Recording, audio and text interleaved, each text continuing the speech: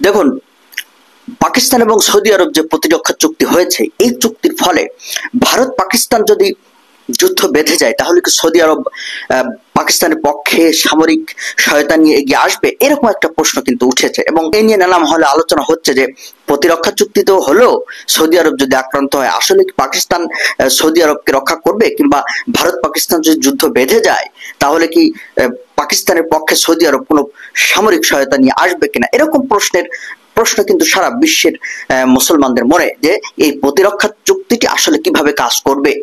এখন আমরা দেখতে পাচ্ছি যে পাকিস্তান ও সৌদি আরব গত সপ্তাহে যে প্রতিরক্ষা চুক্তি স্বাক্ষর করেছে, তাতে কৌশলগত পারস্পরিক সহযোগিতার উপাদান থাকায় ভারত যদি যুদ্ধ ঘোষণা করে, তাহলে ইসলামাবাদকে বাঁচাতে রিয়াদ এগিয়ে আসবে বলে জানিয়েছেন পাকিস্তানের প্রতিরক্ষা মন্ত্রী খাজা আসিফ। অর্থাৎ সৌদি আরব এগিয়ে আসবে তিনি বলেছেন। পাকিস্তানের প্রতিরক্ষা মন্ত্রী আরো বলছেন যে হ্যাঁ, অবশ্যই এ নিয়ে কোনো সন্দেহ নেই, সৌদি আরব এগিয়ে আসবে। তবে আসিফের দাবি, এই যে প্রতিরক্ষা চুক্তিটি হয়েছে, এটা কিন্তু আক্রমণাত্মক চুক্তি না, এটা হলো প্রতিরক্ষামূলক চুক্তি। অর্থাৎ আমরা যে কোনো দেশের উপর আগ্রাসন চালাবো এমনটা নয়, বরং পাকিস্তান যদি কোনো আগ্রাসনের শিকার হয়, তখন সৌদি আরব এই আগ্রাসন মোকাবেলায় তাদের সহায়তা করবে। খাজা আসিফ আরো বলেন যে কোনো আগ্রাসনের জন্য এই চুক্তিকে ব্যবহারের ইচ্ছা আমাদের নেই, কিন্তু এই দুই পক্ষের কেউ যদি হুমকির মুখে পড়ে, তাহলে স্পষ্টত এই ব্যবস্থাগুলো কার্যকর হওয়া শুরু হবে। এখানে তিনি ক্লিয়ার বক্তব্য দিয়েছেন।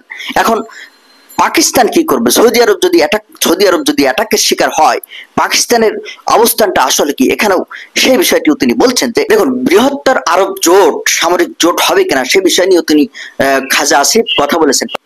বৃহত্তর আরব জোট গঠন নিয়ে এক প্রশ্নের জবাবে পাক প্রতিরক্ষা মন্ত্রী আসিফ বলেছেন যে ওই দরজা বন্ধ হয়ে যায়নি। আমি আগেভাগে এর উত্তর দিতে পারি না, কিন্তু আমার মনে হয় একত্রে নিজেদের অঞ্চল রক্ষা করার ক্ষেত্রে এখনকার দেশগুলো এবং মানুষদের, বিশেষ করে মুসলিম জনগোষ্ঠীর মৌলিক অধিকারের মতো হয়ে দাঁড়িয়েছে যে একটা মুসলিম আরব জোট গঠন করা মৌলিক অধিকারের মতো দাঁড়িয়েছে, যেহেতু মুসলিম বিশ্ব বিশেষ করে ইসরায়েলের হাতে বারবার মার খাচ্ছে। এই অবস্থার পরিপ্রেক্ষিতে তিনি বলেন